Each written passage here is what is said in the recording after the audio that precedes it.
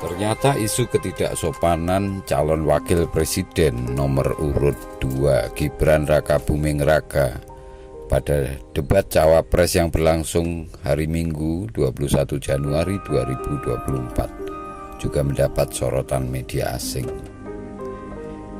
Gibran juga disebut menggunakan cara yang tidak fair, curang, dengan menggunakan pertanyaan yang menjebak lawan.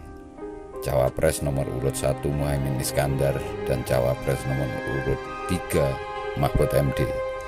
Gestur Gibran mencari-cari jawaban itu dinilai sejumlah media asing sebagai gestur yang rude atau kasar alias tidak sopan.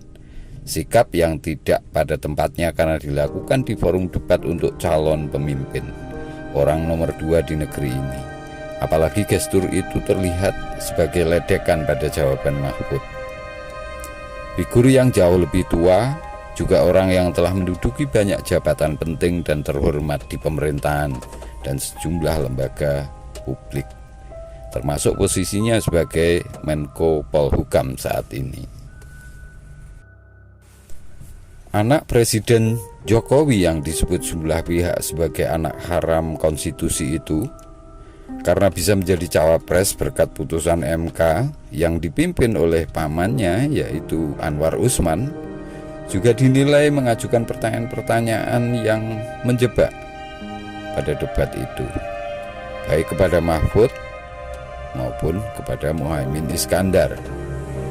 Setelah melemparkan pertanyaan jebakan, Gibran membuat pernyataan yang merendahkan, yang bernada ledekan, ditambah gestur kasar, melecehkan. Media asal Singapura misalnya, Channel News Asia, membuat judul artikelnya "Then in Public Hype Over Indonesia VP Candidate Gibran After Rude Gesture Against Opponent in Live Debate", yang kira-kira artinya pelemahan sentimen publik pada Gibran setelah gestur kasar pada lawan pada debat yang disiarkan secara langsung. Gestur kasar yang dimaksud artikel itu adalah gestur Gibran yang membungkuk dengan tangan di dahi, pandangan bergeser ke kanan ke kiri seolah sedang mencari sesuatu. Kemudian dia mengatakan, "Saya lagi nyari-nyari jawabannya Prof. Mahfud. Saya nyari-nyari di mana nih jawabannya? Kok nggak ketemu jawabannya? Saya tanya inflasi hijau kok jawabannya malah ekonomi hijau." Begitu kata Gibran, meledek. Artikel CNA itu menyebut aksi Gibran sebagai hal yang disrespectful, merendahkan orang yang jauh lebih tua dan berpengalaman seperti Prof. Mahfud. Aksi Gibran itu juga dikatakan sebagai cringe atau memalukan.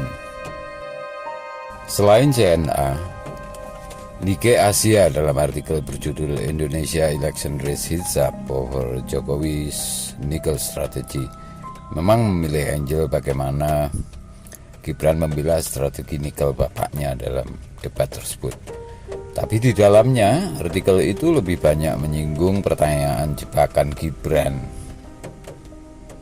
kepada Capres Mahfud dan Muhaimin Iskandar. Pertanyaan jebakan, pertanyaan dengan istilah teknis yang tidak populer, dan itu dilakukan sebagai strategi tidak terpuji untuk membuat lawan debat terlihat bodoh. Ini akibat dia berjuang mati-matian untuk berusaha tampil paling pintar. Artikel ini juga menyebut Gibran sebagai nepo baby atau bayi nepotis. Yang dimaksud dengan istilah-istilah teknis yang menjebak, yang tidak populer, istilah-istilah itu seperti yang greenflation yang diajukan kepada Prof. Mahfud. Juga istilah lithium ferrofosfat itu yang diajukan ke Muhaimin Iskandar.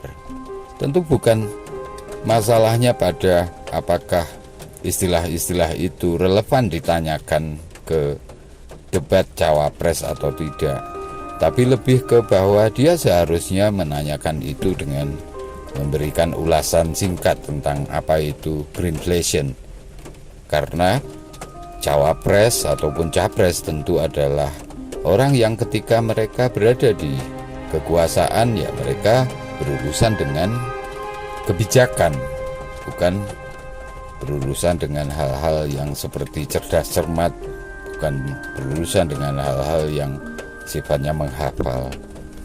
Nikkei Asia menyitir bagaimana platform medsos X yang dulu bernama Twitter itu sempat dipenuhi kata-kata seperti insolent atau yang berarti ledekan, dan cringe atau yang berarti mempermalukan orang lain. Kemudian media South China Morning Post menurunkan artikel berjudul Indonesia Election 2024. Gibran resort to gotcha questions, jargon in VP debate in bid to trip up rival. Inti dari judul itu kira-kira artinya Gibran menggunakan pertanyaan jebakan sebagai upaya untuk membuat lawan melakukan kesalahan.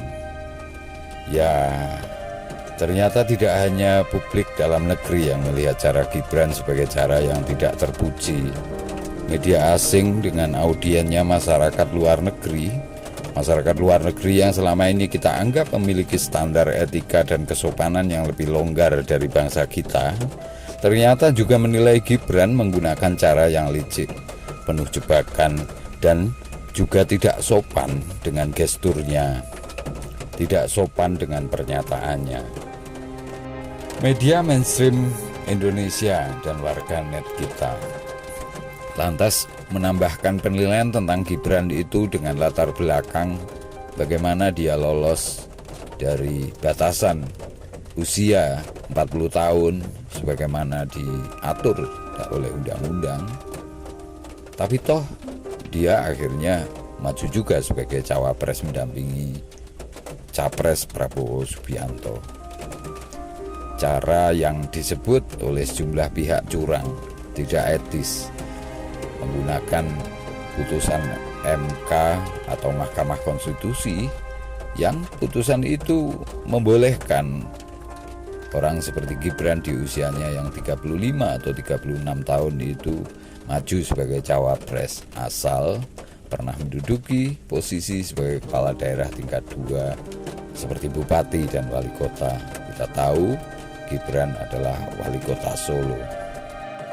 Publik lantas menilai bahwa sentimen negatif yang didapatkan Gibran dari debat keempat cawapres itu sebagai cara alam menunjukkan wujud asli Gibran yang bisa ada dalam kontestasi pemilihan presiden 2024 melalui cara-cara yang tidak terpuji, cara-cara yang tidak etis, seperti gelar yang disematkan banyak media asing kepada Gibran sebagai Nepo Baby, bayi politik buah nepotisme.